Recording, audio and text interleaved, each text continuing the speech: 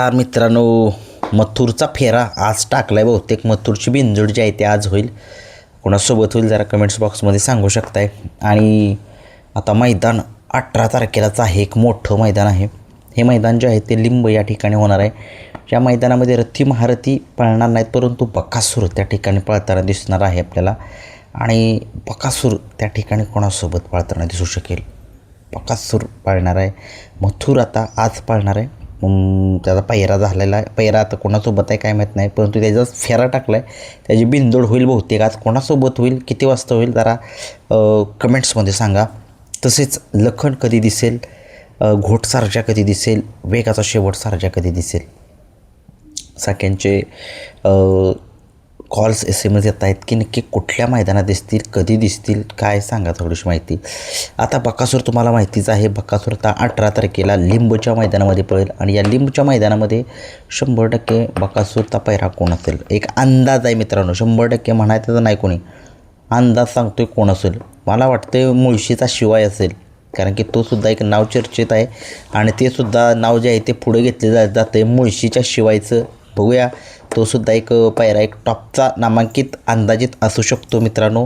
आणि कसा कुठला नंदी आहे की त्याचा पायरा जो आहे तो बकासूरसोबत, नंदीचं सोबत जे आहे ते नाव जोडलं जाते.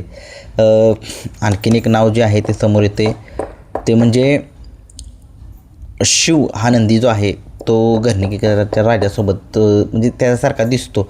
शिव आणि मुळशीचा शिवाय या दोघांच्यापैकी एक अंदाजित मला वाटतं पायरा काय होऊ शकतो. मी अंदाज सांगतोय. मला वाटतं ही गाडी यातला कुठला तरी नंदी पळताना दिसू शकेल. बघूया काय होते.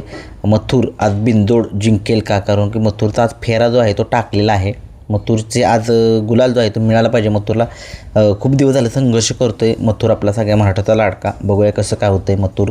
कारण की एक त्याचं वय झालं तरी सगळ्या महाराष्ट्राला माहिती आहे तो अजूनही पळतो आहे, मालकासाठी पळतो आहे, फॅनसाठी पळतो आहे.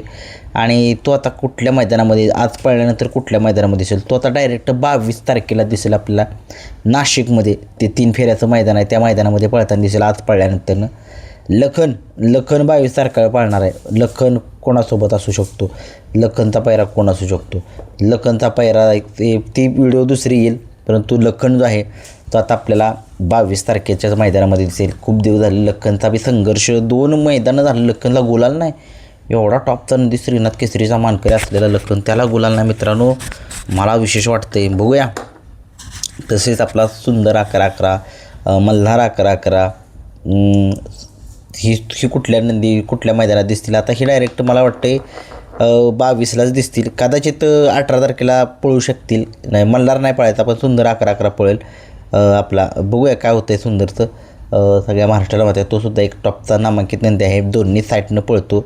आणि आत्ता काल थोडंसं चकमक झाली नाही तर गाडी तीसुद्धा फायनलला असती. असो, चांगली गाडी तीसुद्धा पळाली.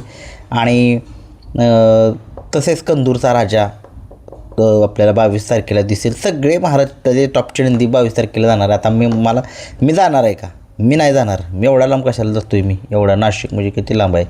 400 किलोमीटर आहे आपल्या बसनं. आणि तिथं जाऊन काय